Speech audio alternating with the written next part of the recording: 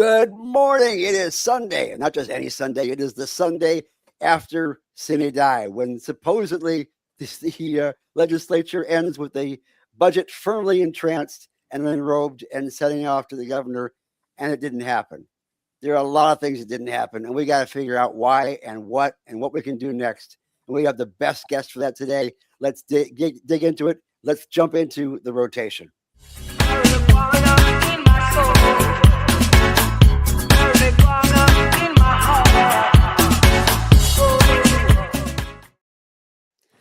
Well, let's just start with the introductions. My name is Gary Stein. I am the Policy and Political Director for Suncoast NORML and our Master of Public Health. And directly below me, coming to us from beautiful Ybor City on 7th Street, 14 7th Street, Shillum, which is our CBD and mushroom dispensary. Yeah, I've been taking those pills to help me with my memory. Oh. I keep on forgetting to take them, but when I do, they work. And coming to us somewhere within a 425-mile radius of Washington, D.C., coming to us above the Beltway where he hits them below the Beltway, our Executive Director, Christopher Cano. Chris, how are things over in D.C.? How's the weather? Oh, you're muted. Oh, we lost him. You were muted. To go ahead, start over. I know Oh, I think he's leaving. Okay.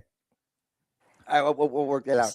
Still can't hear you, Gary. And our guest coming to us for the third time, but actually coming in for the first time, which is actually wonderful because it was a heck of a session. We tried to get in earlier, but even better to come in now when all the chips have fallen, and we are in a space which is really weird between the regular session and a special session, which hopefully will actually finish the goals of the original session, if that's possible.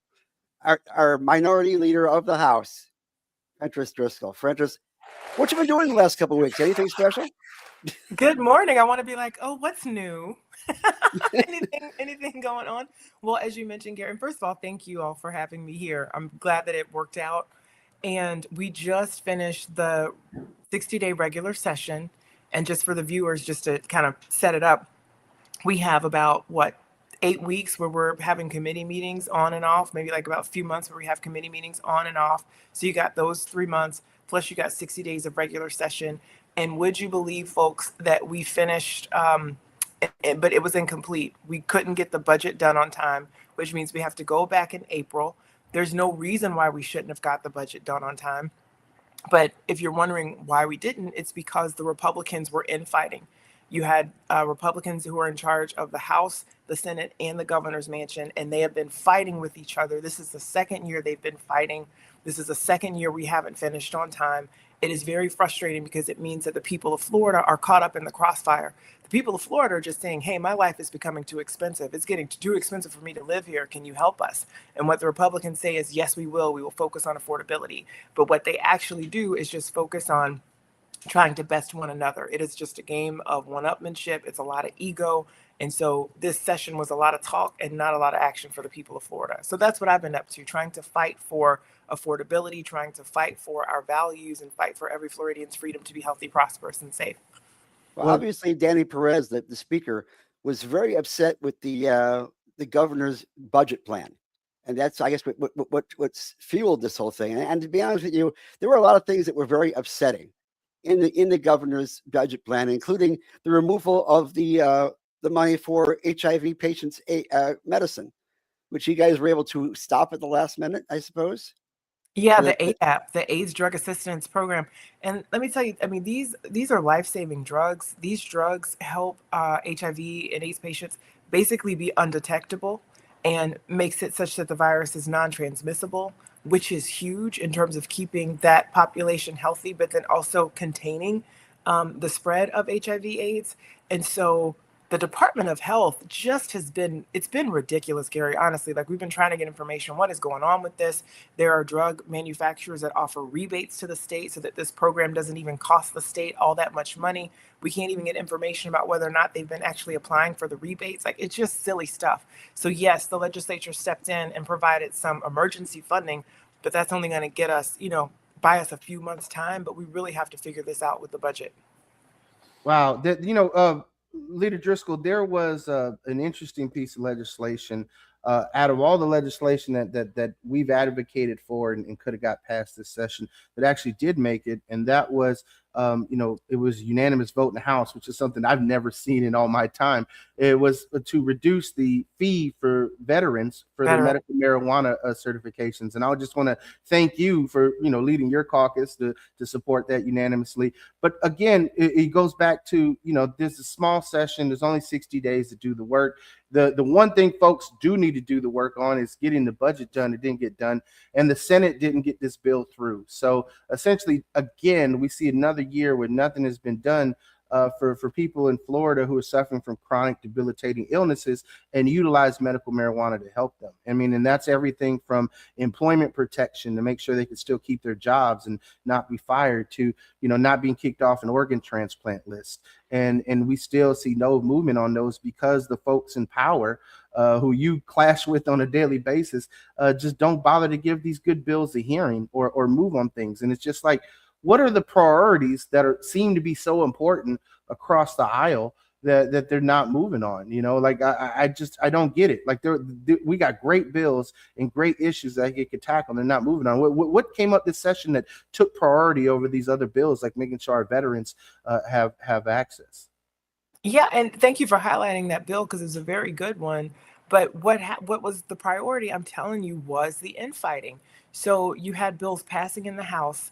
So let me see. I'm trying to remember exactly what day of session it was. Let's just say it was very late in session, and we did the math. And at one point, we'd only had like 17 bills pass both the House and the Senate. At that point, usually it would have been over 100. And then just last week, there was only like 53 bills that had passed both chambers. And at that point, it probably would have been in the hundreds in terms of what it passed. So the infighting really did cost us a lot of great policy. There are bills that passed in the House, never saw daylight in the Senate, and vice versa. And that's because the Speaker and the Senate President were fighting. And so when that happens, everything becomes like a bargaining chit, right? It's like, well, you give me this, I give you that.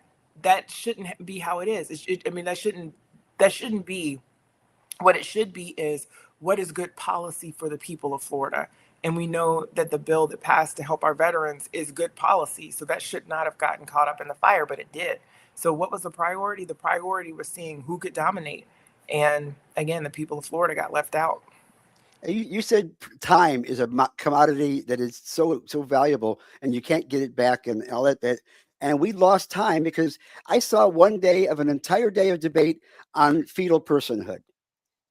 And at that time, that's the time you can't get back to work on other bills, even local bills, general bills, other kind of situations. But we started working on things like the foreign influence bill, basically saying that we're going to get rid of helping people with international students get better prices. I guess it was.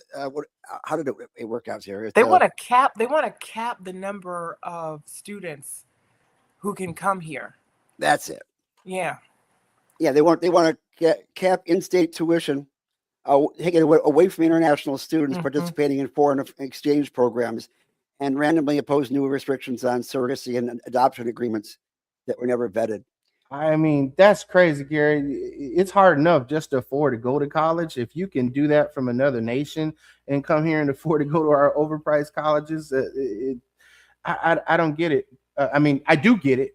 There's a clear anti-immigrant bias that is permeating, in the GOP at the moment. I mean, just in the past week, we've seen one of the leaders of the FIU College Republicans get the boot for running a racist group chat, which contained a lot of anti-African American, anti-immigrant, anti-Semitic sentiments. The college Republicans at the University of Florida have been disbanded for their anti-Semitic remarks and group chats and communications. I mean, Leader Driskell, it seems like this next generation has lost the concept that we learned in our public schools in Florida, at least when I was coming up as a millennial. Nazis are bad and racists are bad.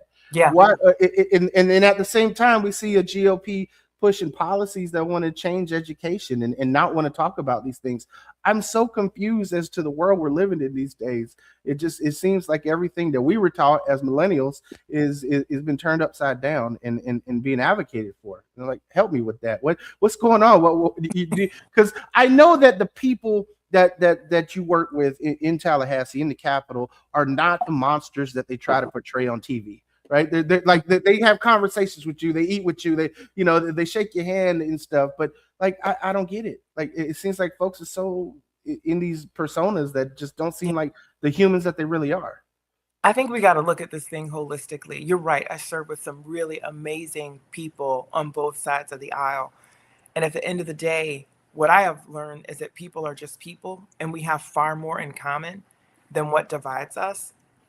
And in Tallahassee, they'll often say, like, we're not Washington, D.C., and we agree on 80 to 90% of the bills will pass unanimously. That's true.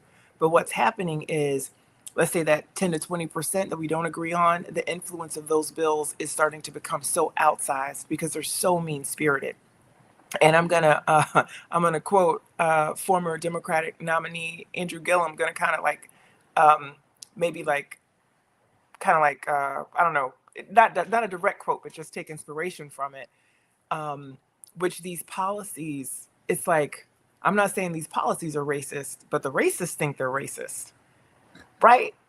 So if you dismantle diversity, equity, and inclusion policies and anti-bias trainings and things that are supposed to help us have a more tolerant, more inclusive society that is equitable for all of us, if in our schools you stop teaching Black history and in fact don't teach it accurately and bastardize what is taught to trick kids into thinking that slavery was a good thing because some folks got a trade, like, it is insulting. And so this is the net effect of all of that. It's a society where our kids, young adults, are going wayward. We've got leaders who stand up at podiums and espouse hateful things and promote these policies which are hateful and, frankly, I think anti-American. They're certainly anti-Christian. I know my brothers and sisters on the right like to try to monopolize faith. They don't own it. In fact, I was reading Deuteronomy this morning, and it was talking about how God instructed the Israelites to love the foreigner, to clothe them and to feed them. But you look at how we treat immigrants in this country, and it's just such a shame. So to me, I look at it holistically, and to me, this is systematic, and this is the net result that they want. Yeah, it's sad. Gary, I did want to take a moment and uplift, especially after Rep Driscoll's last comment. In your own hometown at your own synagogue where you got married, man, there was an attempted mass terror event that happened this week, man. And I just wanted to let you know that we're all, that was really impactful, and we're all here to support you, brother, and your family and friends. I mean, it ain't easy to see your hometown hit by something like that. And just wanted to get your thoughts as to, what she's saying. I mean, we got leaders out here that are supporting this craziness. We see the next generation supporting it. I mean, what are your thoughts, brother? It was a gut punch, and it gives me a lot of thought processes. The gentleman who plowed into my synagogue, he did a lot of destruction. We don't know what his actual goal was because we never had a chance to talk to him first. But he went in through the entrance where the preschool was, and he went down the hallway, and that's where the car blew up. I guess I think possibly it may have been he had accelerants in the car, and when the airbag went off, it probably created that explosion. But also the sprinklers went on, destroying all the prayer books. I don't know exactly whether the chapel where I got married in got hurt, but there was a lot of fire damage. Thank goodness there was actually nobody killed, which was wonderful, except for, of course, the perpetrator. And he was a person in pain. He was a person from Dearborn Heights, which is only about 10 miles away, of Lebanese descent, and he lost his family in an Israeli raid. And he decided to take out his anger this way, which doesn't make any sense. So I don't necessarily blame him, but I do blame the people in charge for giving him a reason to lose it. I mean, he was in pain, and I get that. And there's a massive lockdown right now in that neighborhood right now. They've got police guarding every single place of worship, be it Jewish, Catholic, Muslim, etc., to make certain that there's nothing else that happens to, because we know that in this day and age, we're looking more towards retribution than looking for peaceful solutions. And that is part of the problem. It is our leadership and the way that they are pushing us in this direction right now that is the problem, and not necessarily individuals who cause these things. So I understand where he was coming from. I don't condone what he did. We lost something precious there. I was just there last August for my 50th high school youth group reunion. Wow. And looking at the place where I grew up. And well, actually, there was two synagogues. The first one they left in 1979. They built this one at that time, and we were one of the first ones married there in 1980. And there's 3,500 families that go to that synagogue. Obviously, he picked it because it was the largest, and possibly he could do the most amount of damage. And I don't know whether he was going after the kids. They weren't in school at the time. It was actually parent-teacher conference. They went home early. In fact, I talked to a friend of mine who picked up his kid 5 minutes before he arrived. Oh my God. It's one of those crazy things. We had on a couple months ago, Liki Barlev Schleider, who's a friend of mine in Israel who works for Tikkun Olam as part of her as a researcher, and she was at the Nova Music Festival, and she had to leave to go to a new job in Thailand, which she didn't get a chance to go to because they locked down the airport after that. But she left 5 minutes before Hamas arrived. It's those kind of things that make you realize that God's not in control of everything, but he tries to help. I think at some point in time, he's our creator, but he gives us the choices that we make after that. Gary, can I just say, because I didn't know that was your synagogue, and I am just like so sorry to hear that. Like, it makes me feel sorrowful, and my heart goes out to your community. I will tell you, in Florida, I've been blessed to do some work on school security for our Jewish day schools, also for our HBCUs. If you remember, there was an attack that started on Edward Waters College a year or two ago, and the gunman had swastikas and a lot of anti-Semitic things written on his gun. Like hatred, what I'm finding is like it's all interconnected, and an attack on one of us may as well be an attack on all of us. And there's something that you said, you were talking about how that gentleman was in pain, but how you look to the leaders for the tone that they set and for them to take responsibility. And I fully believe this. I feel like if the people could realize, we the people could realize we're all in pain, but that the trick of it is to not take it out on one another. The trick of it is to pour it into actions that are constructive, that could actually help make life better for our families, for all of us. That is where we need to be as we the people right now. People are in pain. Like the prices at the pump, utilities continue to rise. Healthcare is expensive. The world just feels like such a crazy place. I tell this to my caucus all the time. We're in pain. Let's not take it out on one another. Let's recognize that we're all feeling this. We're in it together, and channel it into something that's better and healthy and constructive. And I don't think it helped that our legislature decided to make CAR, C-A-R, a terrorist organization when it's not. Yeah. If anything, CARE does more to unify than it does to separate. But Ann took it a step further. There was a bill that passed that basically, like, the governor can just declare whoever a domestic terrorist. I mean, it just is. Yeah. Well, that's a concern for us, right? Because it's like, okay, if it starts with CARE, how long before it's the NAACP? How long before it's normal? How long before it's any nonprofit or advocacy organization that disagrees with current policy? We have disagreed with the policy of the state and federal government for over 50 years, and we're still advocating to change it, you know? And that's where we're at right now, is like, these are slippery slopes that yes, we're going to have to fight in court. But then when you have a governor who appoints the majority of the Supreme Court, it feels like these checks and balances are less checked and less balanced these days than they ever been in our nation. Yeah. And you just said we're going to have to fight it in court. Fight it in court. That means that the state is going to be using our taxpayer dollars, okay, to pay litigation fees for nonsense.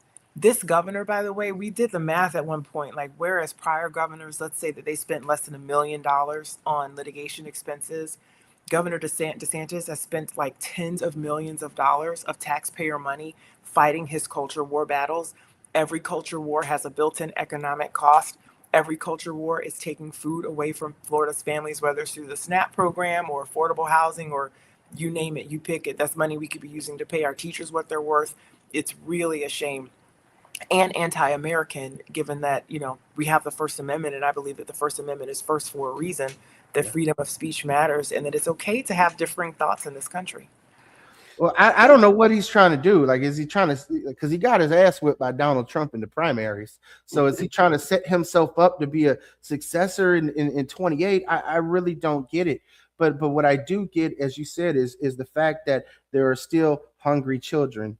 There are still people who are discriminated against. There are still people who are not getting access to life-saving medicines in our own state, in our hometowns, in our neighborhoods, in our families. And this guy is more caught up with the cult of personality and building one for himself. And then in all of it, he's built that on a house of cards in a lot of ways. One of the things that came out this week, was that Governor DeSantis likes to tout his credentials as a warrior. And it turns out that he used to just took the time to watch guys pee for a big stint in his military service. He was a urinalysis coordinator. Yeah. And trust me, I do not like those guys. The meat watchers really just never sat well with me when I was in the service, Gary. But I just want to say that there's just something about the house of cards that these guys are building for these cult of personalities. And Leader Driskell, one of the reasons why you are the minority leader is because you've always been genuine. You always stood on your integrity and your values since the time that I've known you. And I've never seen anything else. I've seen people get into this system, and as freshmen, they change entirely. You have stood by your values. You have stood by and been steadfast in your beliefs. My question is, how did you do it?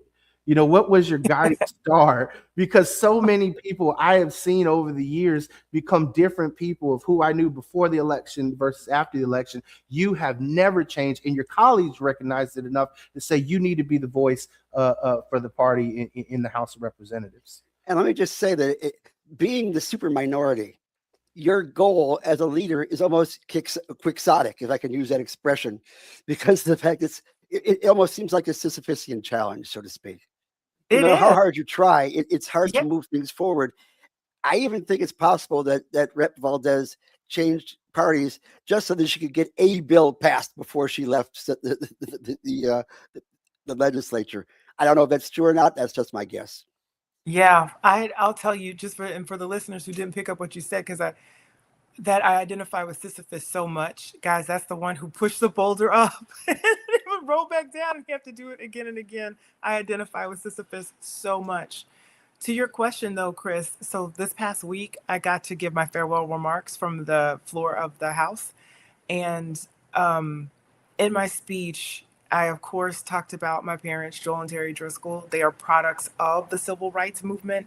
My mom's from Greensboro. And so as a kid, when we would go on vacation, and that pretty much be the only place we go on vacation because we had family there. And, you can imagine a family with 4 kids. My mom was a teacher. My dad worked for Publix. We didn't have a ton of money. So vacations were spent with family. And anyway, we'd go to Greensboro and she would drive us past or walk us past the Woolworths counters where the students started the protest to get the lunch counters integrated. My dad would tell us about what it was like with, separate water fountains and things. So I grew up hearing these stories. And then at the end of my speech, I made sure that I said my grandparents' names from the floor of the House, whereas my grandmother, Ella Mae, was a domestic for white families and cleaning after them and raising their children. My grandfather, James Driskell, worked in the mines, the phosphate mines in Polk County. My grandmother, Helen, worked in the textile mills in North Carolina. And my grandfather, James Earl, was a valet and parked cars for white families. I recognize that I am where I am and I am who I am because of them. I recognize just how unlikely it is for me to even be able to have done some of the things that I've done in my life. It is because of them. I give a lot of glory and honor to God, honestly, all of it, and also my ancestors. And so for me, it's not even a choice. It's like these are our values, and I will fight for them because I understand where I come from, and I've always been anchored in that. Not perfect. I'm sure there are times I probably tick people off or disappointed them. It's never been intentional, but it's always been in the fight for the betterment of the people of Florida. We You appreciate you. We do. absolutely. You work the House, and it works differently from the Senate. Obviously, I mean, Senator Brandes, you always tell us that the House was very much a top down, or take your orders and follow them kind of situation, whereas the Senate is like 40 Somalian warlords, where they're all basically going in their own direction, and sometimes it's hard to get them together.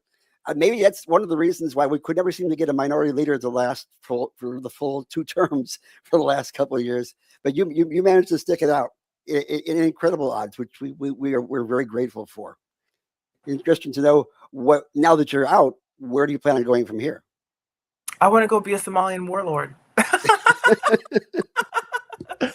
No, kidding. I'm running for state senate. It's District 16, currently held by Daryl Rusan, and he is terming out. It covers a big part of Tampa Bay, so a lot of Hillsborough County, including downtown Tampa, Seminole Heights, and East Tampa, Temple Terrace, and then hops across the bay and picks up downtown St. Pete and South St. Pete. So that is what I'm doing, is running for that position. And honestly, to your point, Gary, you're right. The House is so top down. And if you listen to the farewell speeches of some of my Republican colleagues, they basically said the quiet part out loud. Like, there was one speech that was given. The gentleman was explaining how he had an idea about a bill. He didn't really like it. And the more senior Republican was like, okay, great. I'll just let the majority leader know. And the next thing you knew, he was in line with how he had to vote. And that is how they operate. So it's just interesting. In the Senate, you can focus more on policy. I think you can stop bad bills. In the House, man, we'll pass bills there's not even a Senate companion to, like the bill where they're always trying to lower it passed off the floor of the House. They're always trying to lower the age to purchase long guns from 21 to 18. Last year when we saw that bill, there wasn't even a Senate companion, but that didn't stop them from pushing and passing it. I mean, it's foolishness. So yeah, I would look forward to serving in the Senate, where I can be more independent and hopefully have greater impact. Pretty sure both my stores are in that Senate district, by the way. Just saying. Oh, cool. No. Yeah, I'm not a big fan of our current senator, to be honest with you. So I'm pretty excited about this news.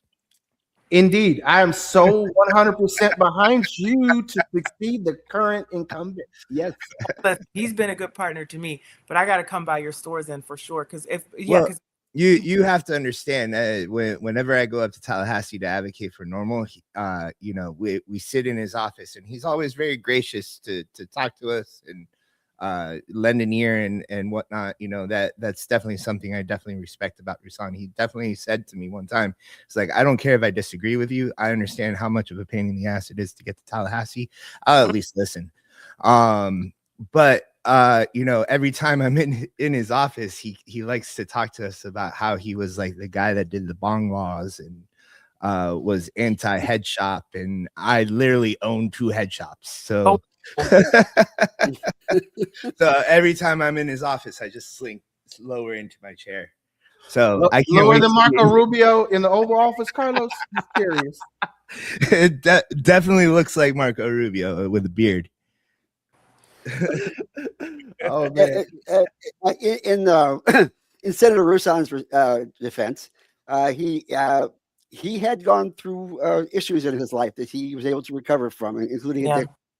And for that, I give him pride. Although sometimes folks who do that sometimes get very full of themselves. Well, Gary, I think you bring up a good point, though, is that medical cannabis is such a great therapeutic drug that helps folks, especially people with cancer, with debilitating conditions. And we've grown up with decades of prohibitionist propaganda, and obviously the profit motives of stakeholders who don't want to see access to an affordable medicine.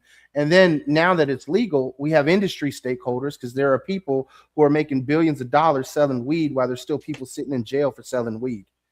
And so we really have to do more around restorative justice and education, especially among lawmakers. And so I'm glad that, Leader Driskell is here with us, because in your future run as a senator, we hope that you can, tackle things like employment protections. That's one of the things that I've been working on in the DMV, and it's moving along. This year we got it through the Senate for first responders to be able to utilize it. I mean, we got firefighters who got up there a couple sessions ago when I testified with them, literally bawling, crying, saying, "Look, I got a busted up back. I carry 40 pounds of gear into a burning building, and when I go home, smoking a joint's the only thing that relieves it." And I was on opiates and I was addicted, and I just can't do that. It's messing up my liver. And then we have lawmakers who just like you said, in Florida, your colleagues across the aisle don't even give this bill a hearing, even though Gary and I have worked to get it introduced for the past 6 years. It's ludicrous. But let me just thank y'all for everything that you do, because you never know at what moment a bill's time will come, which is why it's so important that you continue to do what you do and that you continue to educate us all on it. And yes, people will have differing perspectives, and that's okay. But, you have to think of this in terms of a war and not a battle. Like, think of the long-term strategy. Yes, I'd of course be happy to continue working with y'all. I know I carried a bill, I think, what was that, last year, Gary, or a couple years ago, like to protect parents from having their parental rights terminated if That's they have correct. a marijuana card. Like, there are lots of things that can be done, I think, just to protect people, to make this more accessible. And I don't want to jump ahead in your show notes, because I'm sure you probably have this on, maybe have this on there, but this is something that's been on my mind, and I just wanted to put it out there. Show notes. Way that the governor used taxpayer dollars to defeat Amendment 3 is an abomination. It was illegal. It was, I just feel like, so underhanded and undermining. We know that a majority of Floridians voted in favor of adult use of marijuana. And even though it looks like that's not going to move forward on the 2026 ballot, I believe that's a fight that we have to continue to push forward, because it's something that the people want. And we'll never know, but if the governor hadn't been fighting so hard against it and using taxpayer dollars to do it, we could be sitting in a very different situation right now. And by the way, the resources that would be generated from that are something that the state desperately needs. Part of the hang-up between the governor's budget and the Senate budget and the House budget is that Florida's economy, if we don't make some changes in terms of either reining in spending, recurring dollars that get spent, or figuring out new sources of revenue, we're going to be facing budget shortfalls in a few years, because our state continues to grow. But the Republicans love tax cuts, but you can't squeeze blood from a turnip. So legalizing marijuana for adult use could generate hundreds of millions of dollars for our budget. It makes a lot of sense, along with doing some things like expanding Medicaid. We really need to, loosen this partisan grip on some of these issues and think about what's best for the state. Well, we said before that the House is very top down, and it's always a matter of what leadership is wanting and all that kind of stuff. But things have been so unhinged lately. Even the investigation into the Hope Foundation and how they got that money from the Medicaid overpay rather, and funnel it into a campaign to kill citizen initiatives. I think it was Rep. Andrade who was promoting that, and he got attacked by his own party for doing that. They actually had people come in there and protest at his bills or whatever it was that they were doing at the time. And that kind of infighting would be devastating to the Democrats if they did that. I don't think I've ever seen that coming from the Democratic Party. Yeah, it was fascinating, because really Rep. Andrade was just calling for accountability and transparency, trying to get to the bottom of what happened with the Hope Florida scandal. And look, whenever there are big settlements like that and money's coming back to the state, certain folks are supposed to be notified about it, including me as minority leader. I was supposed to receive a notice of that settlement, never received one.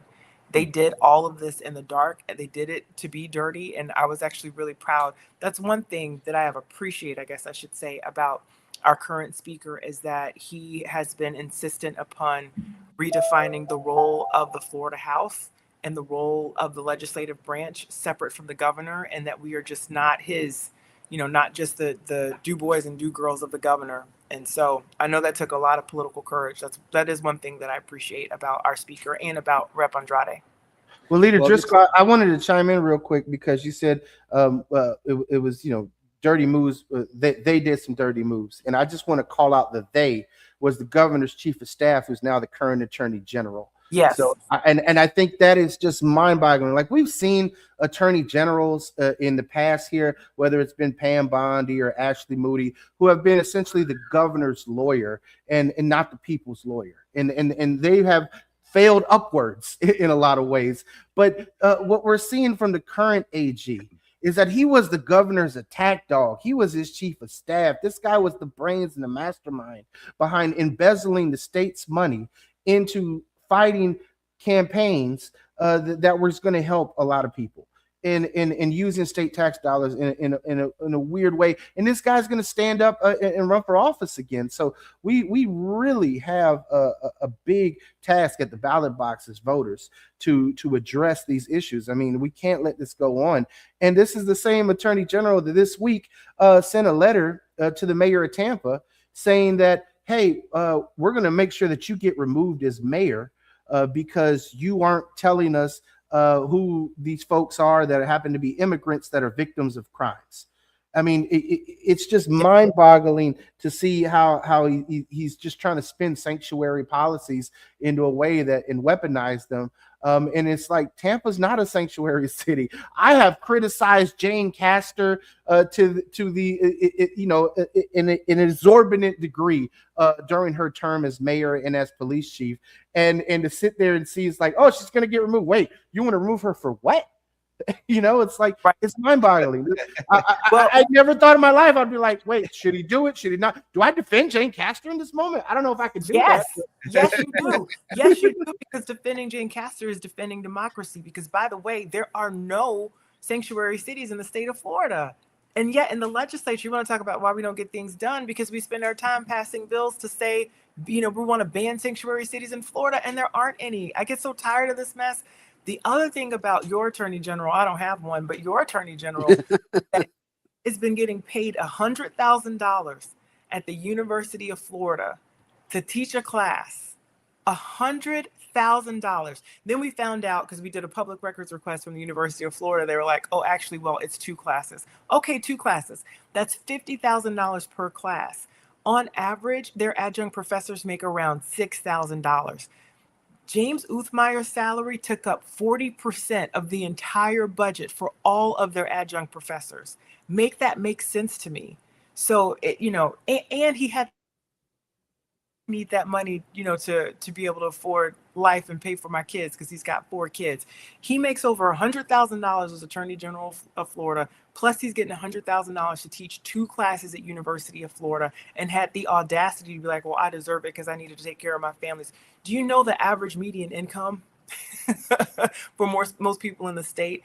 And so this is the greatest grift in American history. And so, yeah, he threw mud at Mayor Castor to distract from his own scandal, which is that he's been getting paid an exorbitant amount of money by the University of Florida, and he wanted to take attention away from that. This is their MO. This is their model. And look at the way that he set up the alligator Alcatraz kind of situation. Now, we talked earlier about how DeSantis tried to block the HIV funds, the ADAP funds. That was like, what 120 million? What was the total there? Yeah. And yet we spent $72 million on porta potties from a place called Duty Calls for a detention center in the middle of a swamp, which is going to be an ecological disaster along with everything else involved with it. I keep on asking myself, how do we let this happen? How do we let this go forward where that is more important than what is being taken away from people who could potentially save their lives? How do we get a rein on this? Correct. And nearly $1 billion, and maybe at this point over $1 billion spent in alligator Alcatraz. Immigration is a function of the federal government. The feds don't intend to reimburse us a dime for that money, though. And so $1 billion, that's real money to Floridians. I mean, $1 billion more in affordable housing, you have no idea how that would help families. Or it could, move us from being last in teacher pay to being somewhere middle of the pack. Like, it really could have an impact. And how do we move away from this? I mean, the people really do have to vote. That's why I continue to have hope and optimism, though. America voted herself into the situation. Therefore, we can vote ourselves out. In Florida, it gets a little trickier because of the sort of gerrymandering that happens with our maps. It can make it very difficult for our legislature to reflect who we really are, which is more balanced as a state. Yeah, there's slightly more Republicans, but there are a lot of Democrats and a lot of no party affiliates as well. And our legislature doesn't reflect that because of gerrymandering. But in 2026, the people will have an opportunity to elect a new governor, a new attorney general. Hell, I think, all of the cabinet positions are up for office. We can elect a new, we just have, to elect different people to Congress, do what we can with our state House seats and state Senate seats. I mean, people really need to make their voices heard at the ballot box. That is how we get away from this. It's just empowering the people to know that this is their government, but they got to show up and vote and act like it. And my wife always says, if things get worse here, we have to move to another country. I said, no, I'd rather fight for this one. And the same thing goes on a statewide basis. I mean, I look at other states. Maryland, is it Maryland or is it Virginia, Chris, that just passed the bill that does allow you protections for parental rights? We got that passed in Virginia, and shout out to JM and Virginia NORML for pushing that over the top. Now, in this state, we did get Rep. Angie Nixon to go ahead and file our bill this year. Unfortunately, we had no Senate companion, and it died at that point in time. But we keep on trying. I mean, you talk about sensitivity and challenges. Chris and I have been pushing these same bills for like the last 6 to 8 years now, 10 years in some cases, to fix the glitches of the 2019 original bill that set up the whole cannabis program. And we can't seem to get things forward because, number one, it never seemed to be a priority in the House or the Senate. And yet, in each case, we're talking about lives that are being affected, that parents are having their kids taken away, people who are getting their jobs taken away just for having a medical card that actually makes them healthy enough to go to work. And all the other things that we've been looking for. And we're trying to find out, when is this shift going to be more towards taking care of constituents instead of taking care of special interests? That seems to be the way it's going. I would agree with you. I think though do you remember the free kill bill that basically says that, because the way that Florida law has been is that if you are an adult and you die from medical malpractice, your family can't recover damages for you if you are unmarried or have no kids. And so it's almost like they call it a free kill. And watching that bill pass off the floor unanimously, when I felt like a few years ago it was like a third rail of politics. You never know when an idea's time will come, and that's why we have to continue to push for this. And in terms of, how do we move things away from being so special interest focused to more citizen focused, I think that too just depends on the outcome of these elections. These folks don't feel like they have to be accountable to their constituents because they pass these bad laws and then they continue to get reelected. And so what are they going to do? They're going to come back the next legislative session and pass more bad laws. So we've got to shake things up at the ballot box. That means we got to elect new people. That means we need all of our infrastructure on the center left to be focused on registering voters, registering them. Listen, I'm the leader of the Democratic Party in my caucus. I'm just going to be very partisan about it. We got to register more Democrats. I think we need to do better about talking to people about our values, why we are Democrats and why we think they should be Democrats too, and how voting for Democrats can improve their lives. Well, at one point in time, we actually had a Democratic governor who stayed a Democrat, Lawton Childs, back when I was stationed in West Palm back in the early 90s. I had a chance to work with the governor when he got that bill passed to give the state that massive settlement in regards to the tobacco companies. Oh, wow. And yet this, and we've been using that money for years to try to stop people from smoking. And we were doing a good job. But I understand there was a bill this last session from Philip Morris to give people a tax break if they smoke their cigarettes. And obviously it didn't pass, but it was HB 377 would have exempted Philip Morris IQ's heated tobacco product from state cigarette tobacco taxes. making Oh, it easier wow. for people to use tobacco products when we have money that is there to help people quit smoking, Well, and yet we're trying to reverse the thing. Can I say too, I feel like that's such a function of term limits as well. Like people just reps and senators, we're only allowed to be there for 8 years. And sometimes you have people who will jump back and forth and they stay there for longer. But what happens is the institutional memory is just eroded. Like I didn't even know that you worked for or worked with Governor Childs on that. That's amazing. mhm. Well, I Well, was actually on a contract here from the Centers for Disease Control, working on a syphilis and tuberculosis outbreak in Broward and Palm Beach County. Wow. Well, Leader Driscoll, I just wanted to chime in here. I want to say that I think a good theme that we could put to this show is that you're dealing with a lot of bullshit. um I mean I want to remind our the people watching the show that this is a podcast that's revolves around marijuana. The truth of the matter is that what's going on in Tallahassee right now, there's a lot of bullshit that you have to put up with before we can get to cannabis legalization.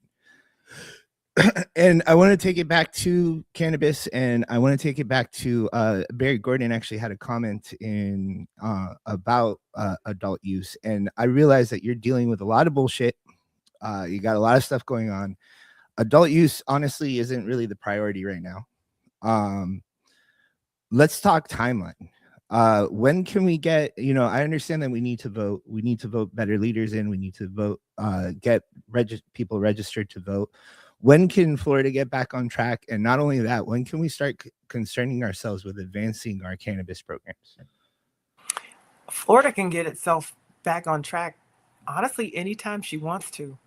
I am a big believer in this. I said it a little earlier in the podcast. I'll say it again. We voted ourselves into the situation. We can vote ourselves out of it.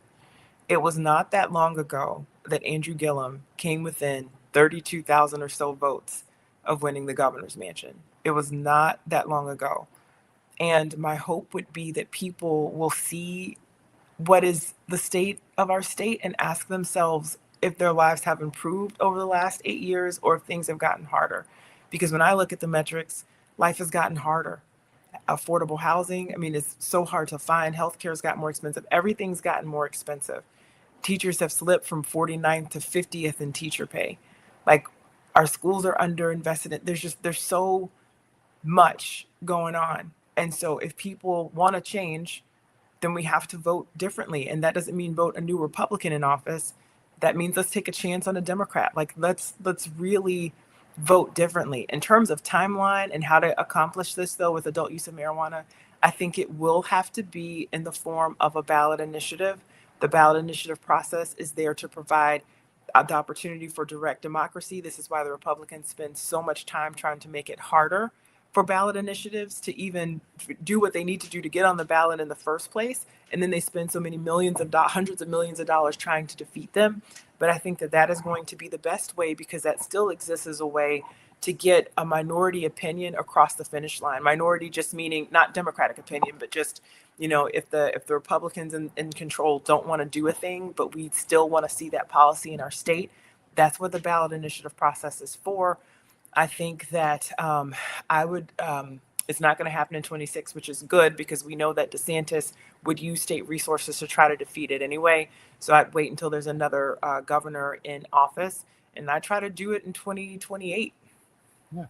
And just on that note, what we saw in 24 and in this 26 campaign is that Smart and Safe Florida, the organization behind the Adult Use Initiative, can learn a lot about its mistakes. The mistakes that it made in not paying attention to grassroots activism. There was a difference between United for Care's campaign, under Ben Pallera and John Morgan, and what we're seeing with essentially, Smart and Safe Florida being headed up by the folks at Trulieve and the consultants that they're paying for. And there's a lot of missteps and mistakes, and even the hurdles that the state is throwing up and the Attorney General is throwing up in front of them, there are still hurdles that can be overcome if you're paying attention, you're running a solid organization. So I think you're right, Leader Driskell. 28 can be the year, but there needs to also be a change on the campaign and the advocacy of how they pay attention to the grassroots, how they pay attention to the voters,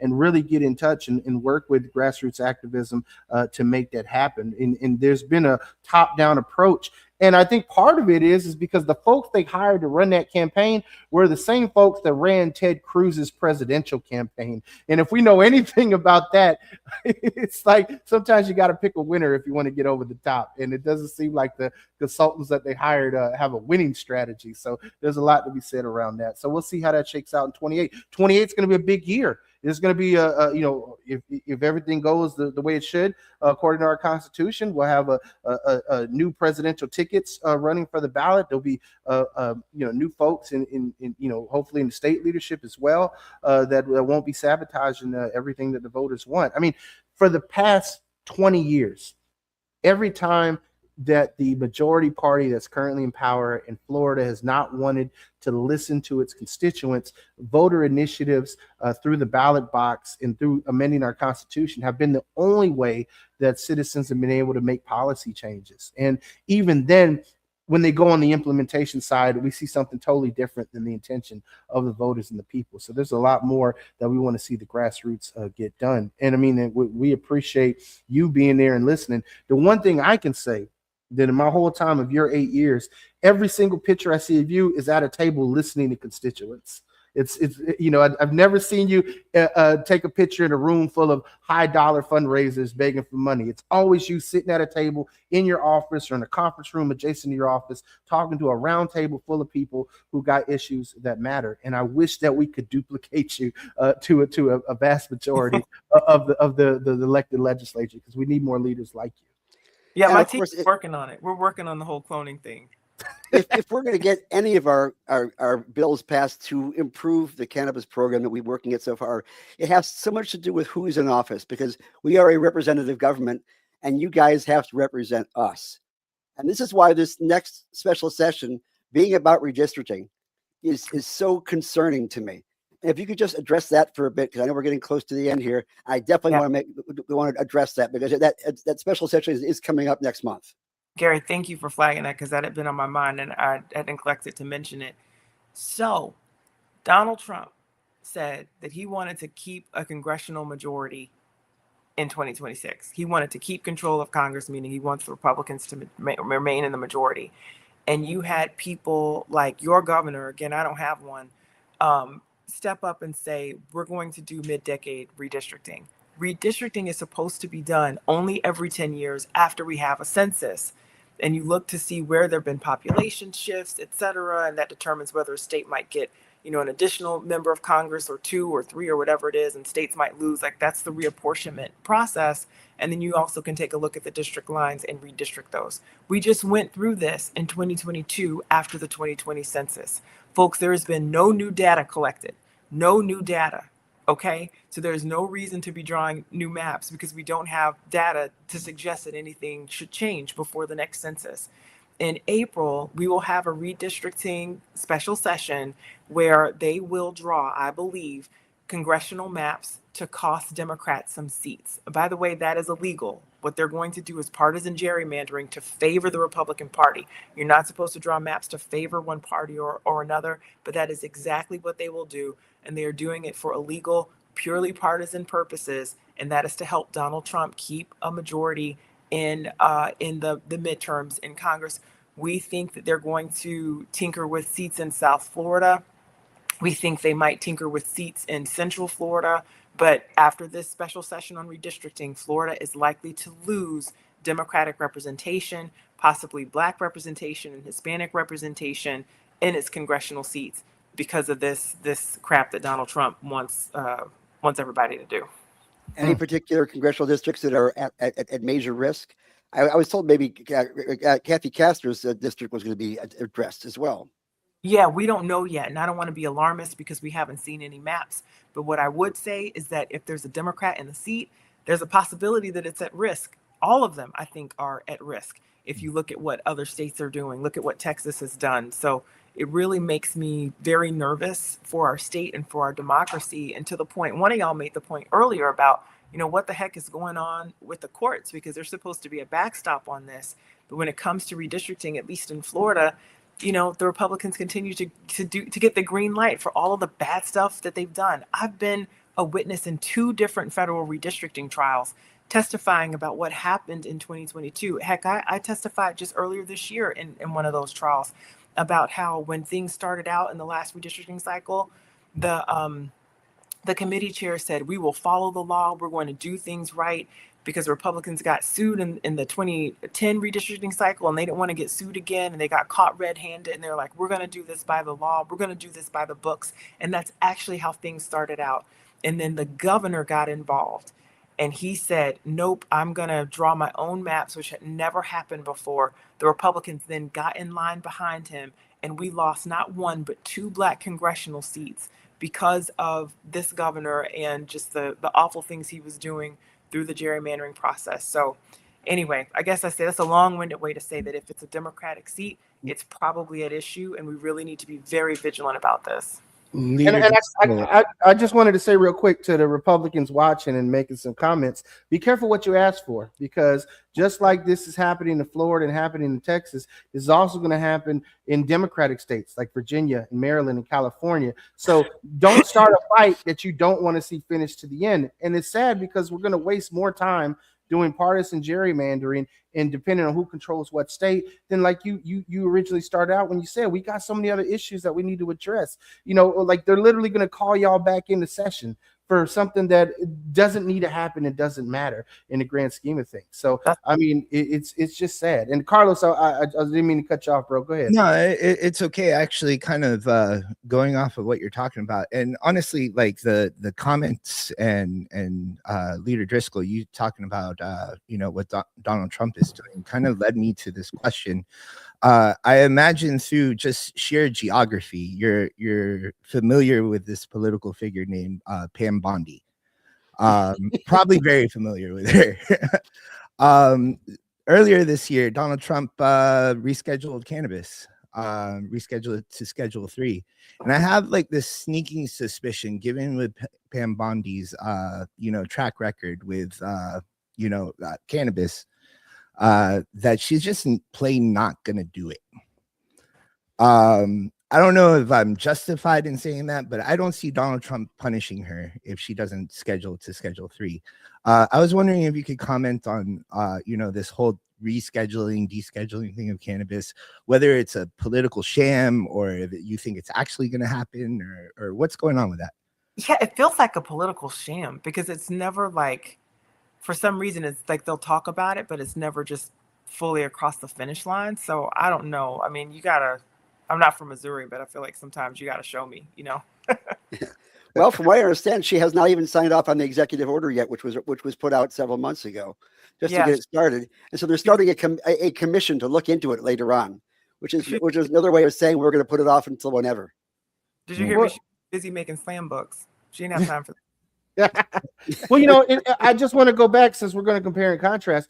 When Joe Biden moved to see about cannabis getting rescheduled and actually had the hearings, the reason we didn't have the hearings is because the DEA itself was colluding with prohibitionist organizations to basically salt up the witness list with all these negative folks. So even, you know, like we have, you know, the bureaucracy of what has created the war on drugs, looking at, wow, we're going to lose a big part of our budget if this changes. I mean, half of all drug arrests in America tend to be for cannabis, and like 80 to 90% of them tend to be around low-level simple possession, misdemeanor level possession. So this is a major issue for the powers that be that have built budgets and have built careers off of prohibition and off of locking people in cages for this. So, you know, whether it's been a Democrat in office or a Republican in office, we haven't seen the change that we need, because for what some people would call the deep state, which, you know, is just essentially a bureaucracy out of control, is where we're seeing with this issue. So again, I think it does go back to what you said, Leader Driskell. We have to change leadership, and you need a leadership that has a guide star and a moral compass that will clean house among the political appointees that it has, and restructure the bureaucracy in a way that works for the people. What we've seen under this current administration over the past year and a half is the bureaucracy that's working for the president, not the people.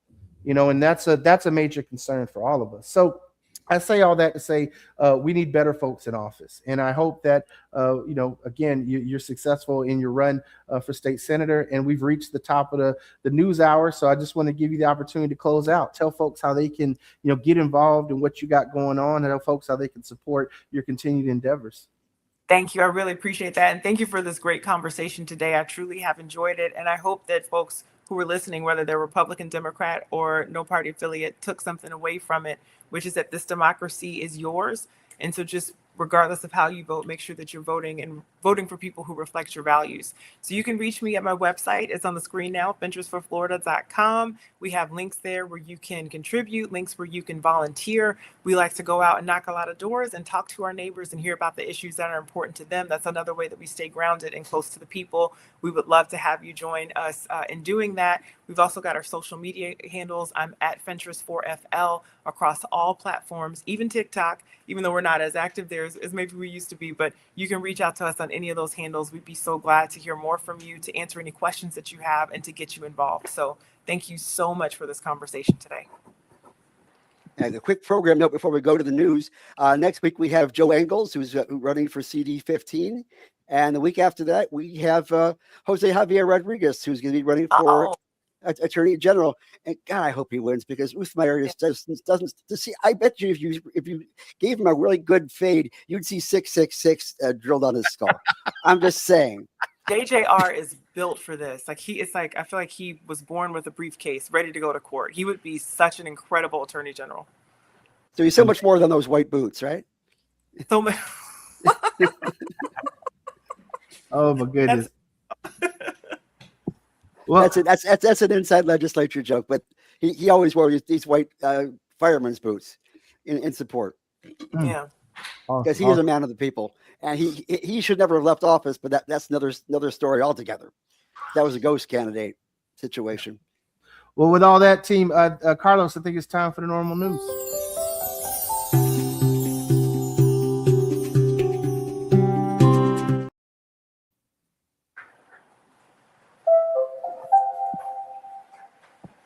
Oh, you're on mute, Chris. You put yourself on mute. Yeah, I did. I did put myself on mute. There we go. But at the top of the news, a federal appeals court has said that workers' compensation plans cannot reimburse patients for medical cannabis costs because it's a Schedule I drug. This is a ruling coming out of New York under the Second Circuit Court of Appeals. The petitioner, who possessed a valid recommendation to access medical cannabis under Puerto Rico law, sought reimbursement from both his former employer's insurance carrier as well as from the federal government pursuant to Section 7 on the Longshore and Harbor Workers' Compensation Act, a federal law that providing no-fault medical wage replacement benefits to maritime employees injured or disabled on U.S. navigable waters or joining areas. Now, the appellate court rejected the petitioner's request because federal law currently defines cannabis as a substance with no accepted medical use under its classification as a Schedule I drug. Despite the fact that President Donald Trump issued an executive order directing the Attorney General to finalize a 2023 recommendation, which came under Biden, to recommend and reclassify botanical cannabis from Schedule I to Schedule III of the CSA.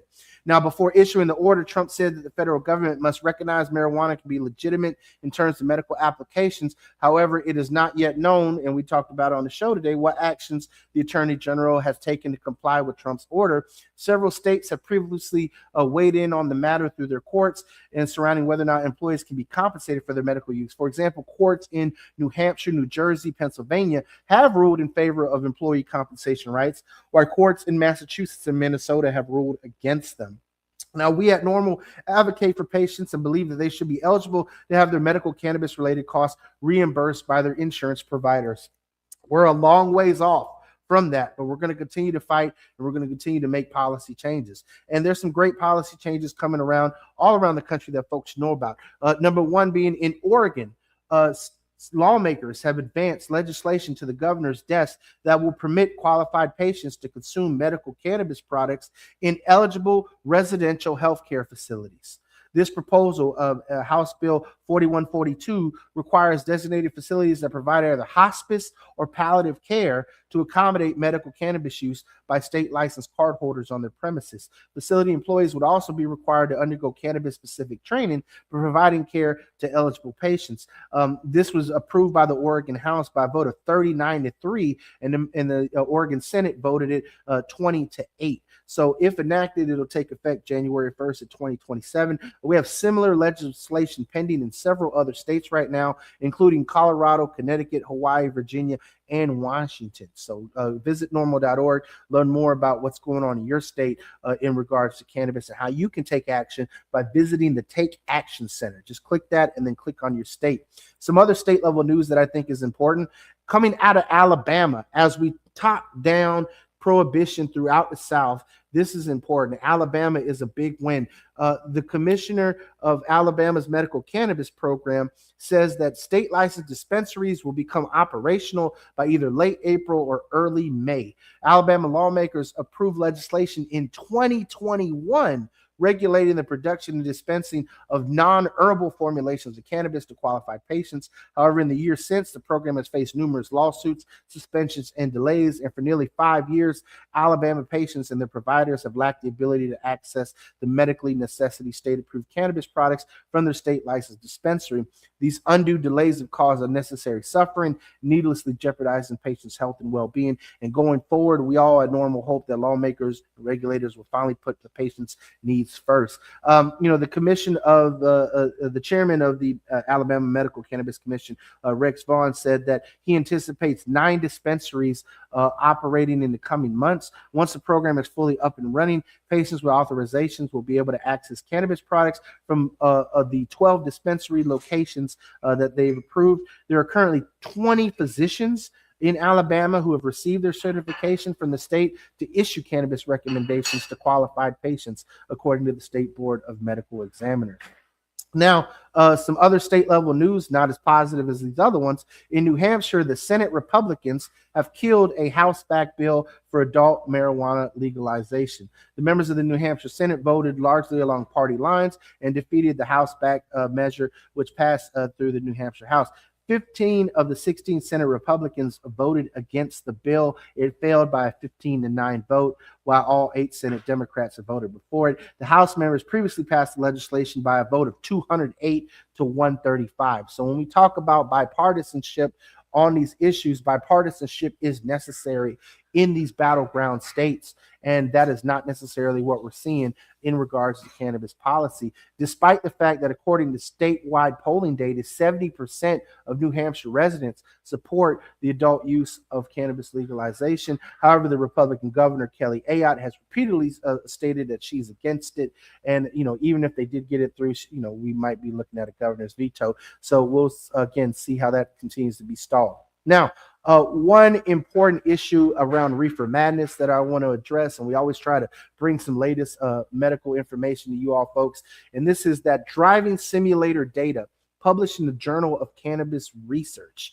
According to Canadian investigators assessing consumers' psychomotor performance 12 hours after they inhaled cannabis, shows that consumers show no impairment in their next day driving performance despite residual THC blood levels. Why is this important? Well, 2 key things. In a world of total prohibition, having THC in your blood is an issue. We don't live in that world anymore. Cannabis is legal for medical reasons. It's legal for adult use in the various states. So having THC in your blood is not an indicator of impairment, despite the fact that the main way that you address it is when they make you pee in a cup at work or take a hair sample from you. And people are still losing their jobs from it or being precluded from jobs from it. We have folks that in the trucking industry, there may be some issues. But the fact is that your driving performance is not impaired, despite the fact that you may have smoked the day before. The driving performance for 12 to 15 hours after last cannabis use compared to the control group showed that there was no impairment. And I think this is important because we have to change our workplace intoxication policies to address impairment.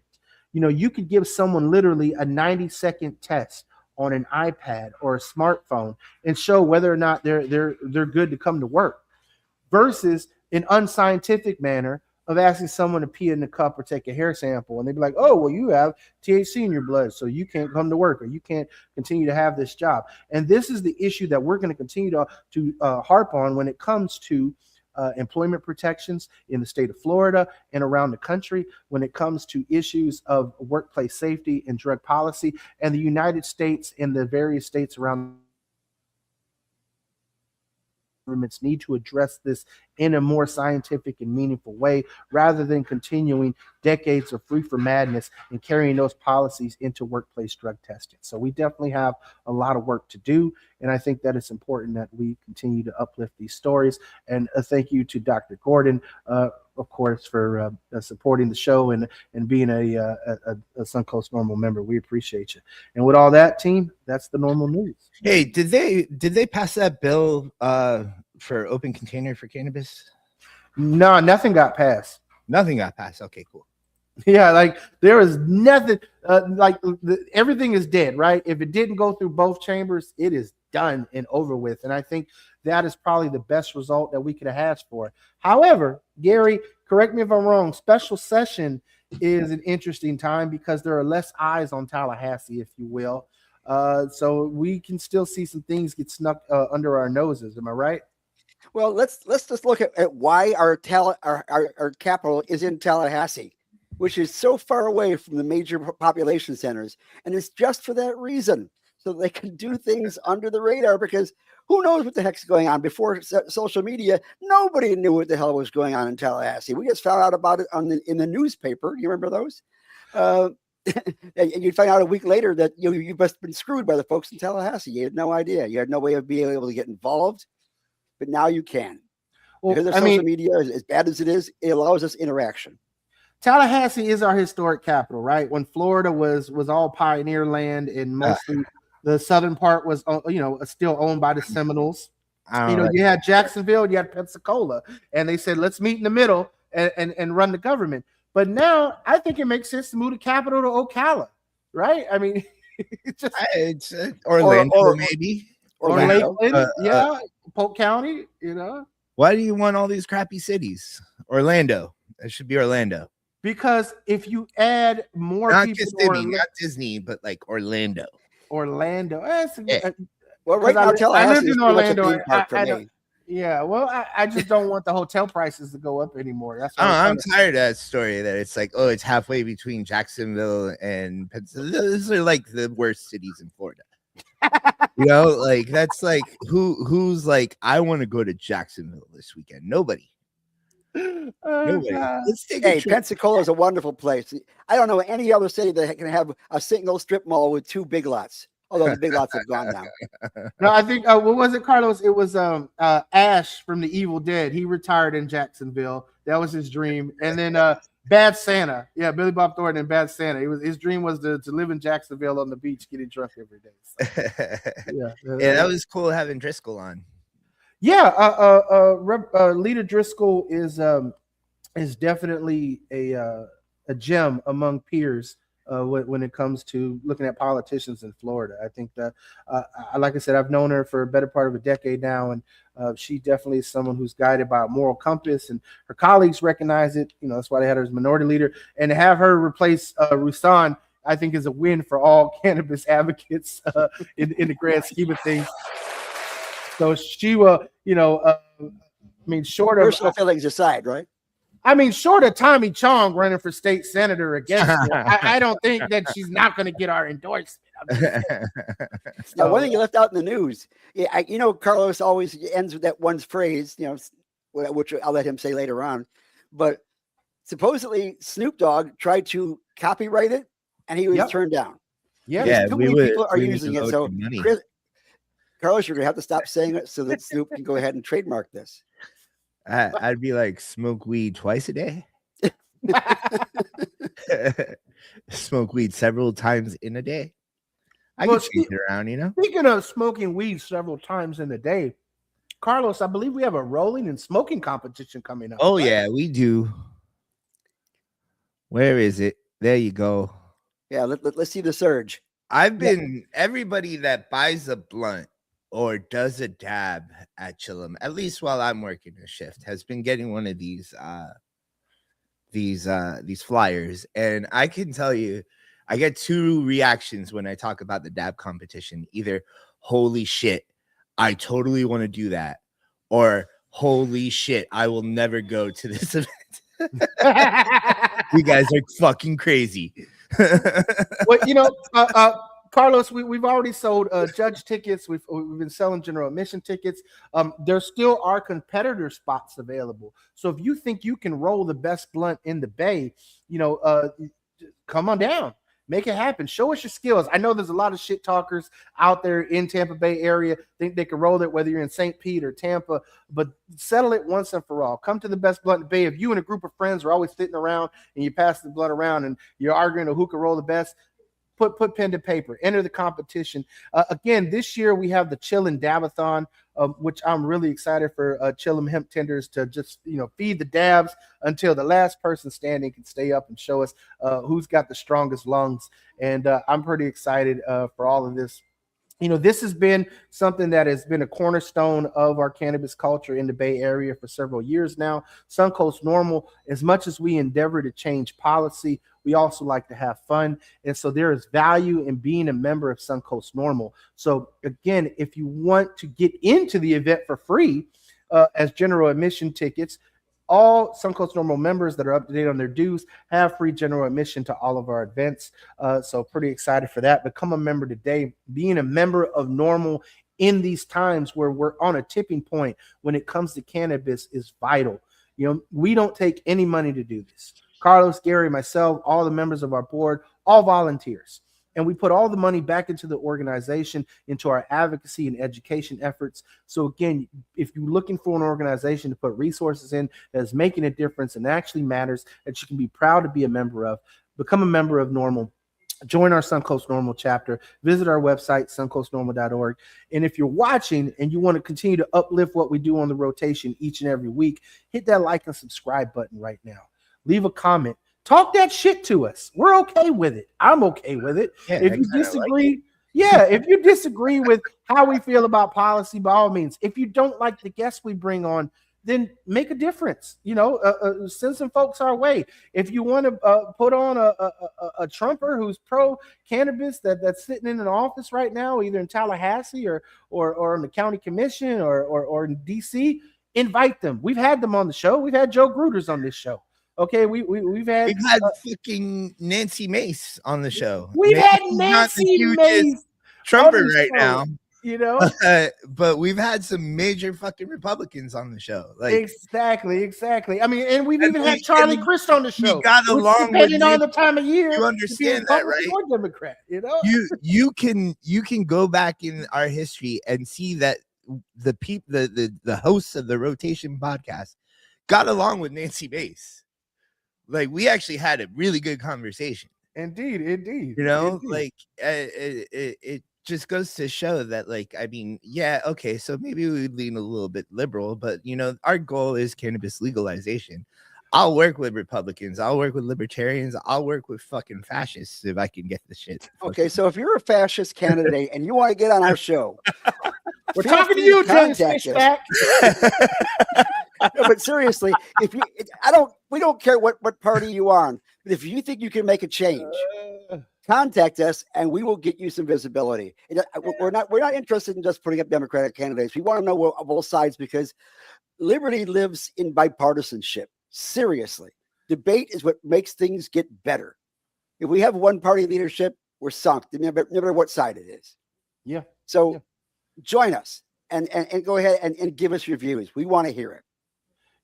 Gary, that's the thing too, is like when we go back to the origins of prohibition, you can clearly see that while one party's leadership pushed it, it did take bipartisan fuckery to make sure that it sealed the deal. Whether it was, essentially Southern Democrats backing prohibition under Nixon, or it's the just say no ones during the Bush and Clinton eras.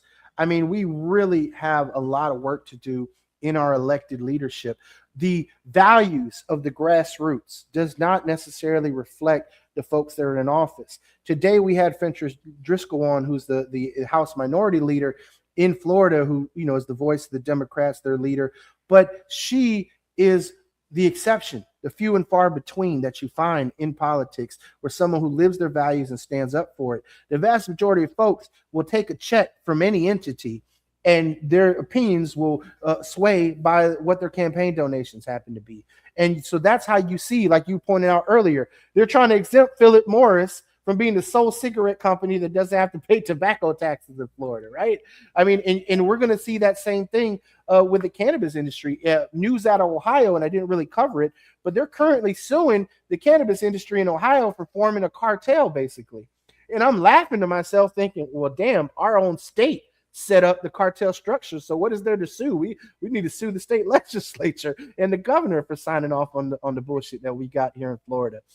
And so there's a lot of work to do at the ballot box for us as cannabis activists. If you're a pot smoker, there is definitely something for you to pay attention to this election cycle, to get your education. And look, tune into the rotation, and you give you the opportunity to hear from these folks.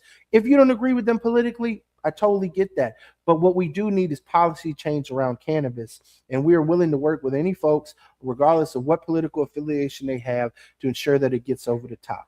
You know, and I don't know about the fascists, but Carlos said he's down.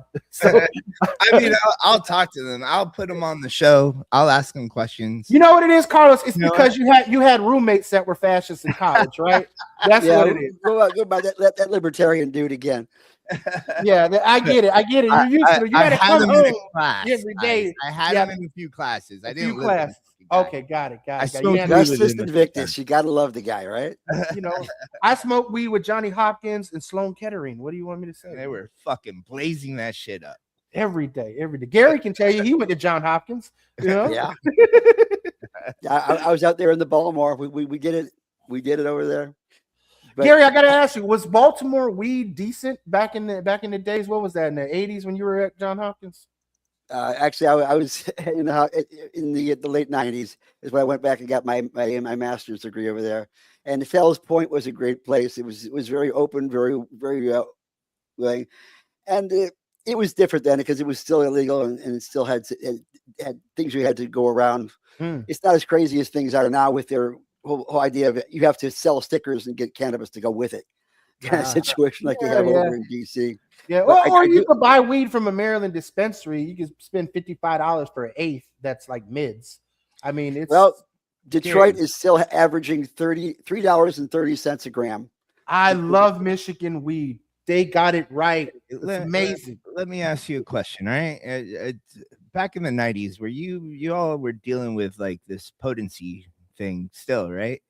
People, there were people in the 90s that were saying we shouldn't legalize marijuana because it's getting so much crazy more potent. Now in the 90s, it's 10% as opposed to 5% in the 60s. That was happening, right? Yeah, it was. It was interesting. I bought my first ounce for $16. It was Mexican brown. And we didn't know what THC rate was at that time. We didn't have any packaging to let us know what the hell we were smoking. We didn't know whether it had paraquat in it or Eagle 20 or whether it was sprayed with Roundup. We just, smoked whatever we could. And when we were out of that, we smoked catnip. But we do have a situation now where we do have a product which in some instances needs to be regulated just because of the high THC levels and things of that sort. You want to make sure that you have decent product. I mean, everything that you sell, Carlos, is vetted. You make certain that it has purity and potency that is appropriate. Whereas what you get on the street, sometimes you really have no idea what you're getting. Yeah. Mm-hmm. And I think that was what we came up with last week when we talked about our guest, Maria Scruggs, who's running for mayor of St. Pete.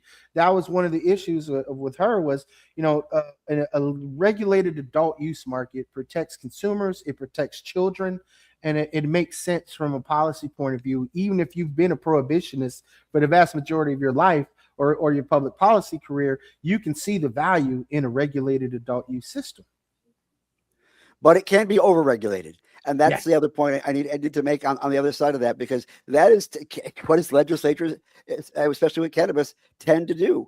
They were saying, well, if you want a home grow product, we have to inspect your home. We have to make certain that wherever you're growing it, they can't see it from a window or from your back porch, and you're not passing it along to the neighbors. and we're going to check to make certain that you have the right proper growth media and make certain you're not using the wrong chemicals. They don't have the kind of inspectors to do that. And so that was one of the reasons why that bill failed. It was overregulation, and that overregulation can kill just as bad as underregulation. And taxes too. You know, I was very critical of Governor Westmore's signing in that tax increase. You know, I know we're at a multi-billion-dollar budget deficit up there in the state of Maryland, but it's a concern to me. It's like I believe Gavin Newsom did the same thing. There were some issues in New Jersey. Like the blue state governors also can't plug in red state. You know, it doesn't matter what party affiliation is running the state. If your policy is we're going to plug our budget holes by raising cannabis taxes, then what you end up doing is taxing people out of the legal market, because who the hell wants to pay $60 for an eighth of mids? Do you like when you can go to someone on the legacy market who you happen to trust? And sometimes you said, Gary, that trust isn't always there. And even then you might trust your person, but you don't know their distro. You don't know their plug. You don't know where the source and where the cannabis comes from. So it is highly important that we control the supply chain in a safe manner for the end consumer, that the product you get is a product that is safe, that's free from pesticides and herbicides and all the nasty things that they spray on some of these products, and even if they are spraying it on it, then there needs to be truth in labeling. There are so many policy fights that we have that get into the nitty gritty. And Carlos brought it up earlier. Hell, we can't even get into these fights because they haven't even fixed the medical system yet. And they, God forbid, they're still working on addressing the education system. So how are we ever going to get to weed? How are we going to legalize weed when dispensary weed is a government scam? Boom. You put it eloquently, my friend. And don't wait for recreational this year, as Fentrice said. I mean, I'll grant you, Smart and Safe spent $52 million on this campaign, all of which has been wasted. And I understand that they're actually doing a huge drop in employment at the call centers at True Leave. I don't know if that has to do directly with the fact that despite that they've put record profits, right? So despite the fact that they're making money, more money than they've ever made, they're laying people off. So that's an indication of two things: greedy corporate profits, or they're cooking the books. I don't know. Well, the last time that we lost Amendment 3, I saw a lot of people who were pushing that for their particular MMTCs lose their jobs. It wasn't their fault, but somebody had to be blamed, right? I mean, and I said earlier, blame the consultants that you hired.